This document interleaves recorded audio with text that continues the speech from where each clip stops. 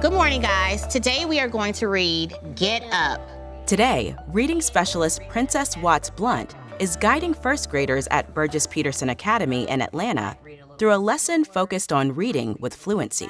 We will work on reading fluently, so that means reading the words accurately, so we're reading them correctly. We will read them with automaticities, and we're also going to read the words with expression, which shows that we actually understand the text, okay? Reading fluently, accurately at an appropriate rate, and with proper expression just means reading the way you would speak. And when we intentionally practice reading with fluency, we're helping students bridge the gap from learning to read to understanding what they read. I'm going to read the first page aloud, and I'd like for you guys to follow along with me. Sounds good? Got it. All righty. What's the title of our book? Get up. Get Up. In today's lesson, Miss Watts-Blount is using a fluency strategy called guided oral reading.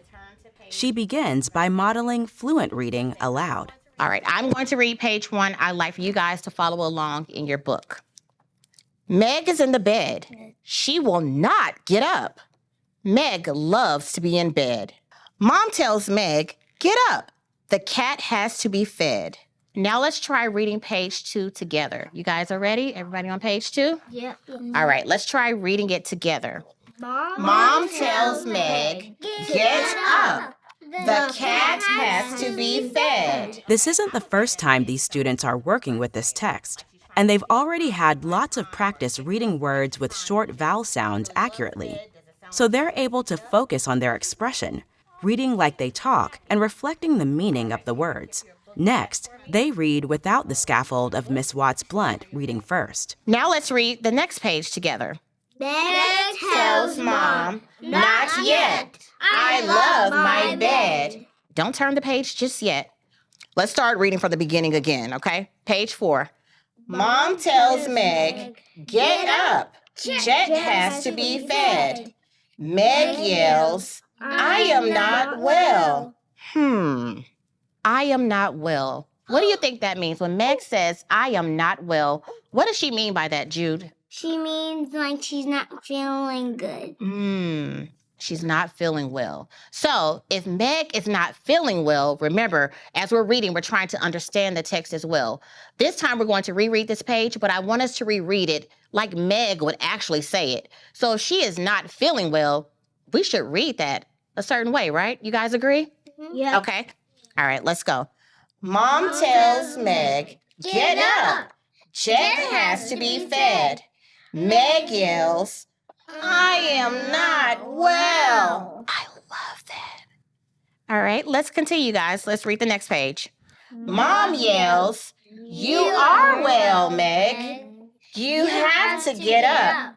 Let's pause right there. What type of punctuation mark do you see after up, Aurora? Like a shouting one. A shouting one where you like kind of like exclamation one. Okay, exclamation mark. And I like that you said shouting. So when we see that punctuation mark, it means that we show a lot of expression or a lot of feeling.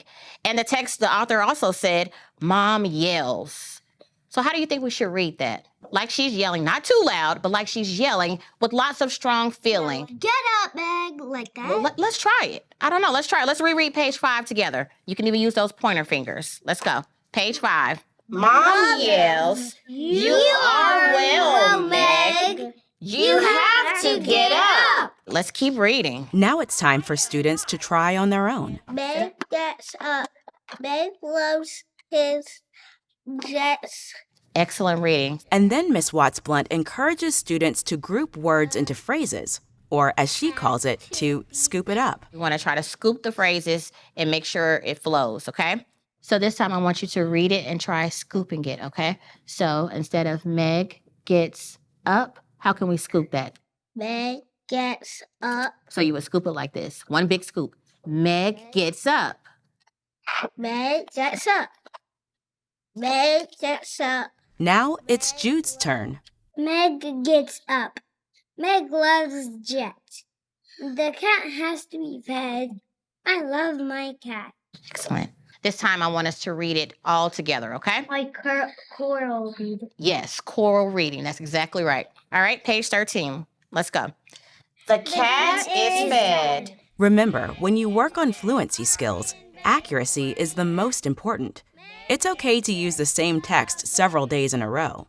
Once students are accurate, they can work on reading at an appropriate rate and with good expression. Nice job reading, guys. We worked on fluency. You guys worked on reading the words with accuracy, with expression. I love it. Kiss your brains. Awesome. Reading Universe is made possible by generous support from Jim and Donna Barksdale, the Hastings Quillen Fund, an advised fund of the Silicon Valley Community Foundation, the AFT, the Emily Hall Tremaine Foundation, and anonymous donors. Special thanks to Burgess-Peterson Academy, Reading is Essential for All People, and Atlanta Public Schools. If you enjoyed this video, please subscribe to our YouTube channel at RU Teaching. Reading Universe is a service of WETA Washington, D.C., the Barksdale Reading Institute, and First Book. This is Reading Universe.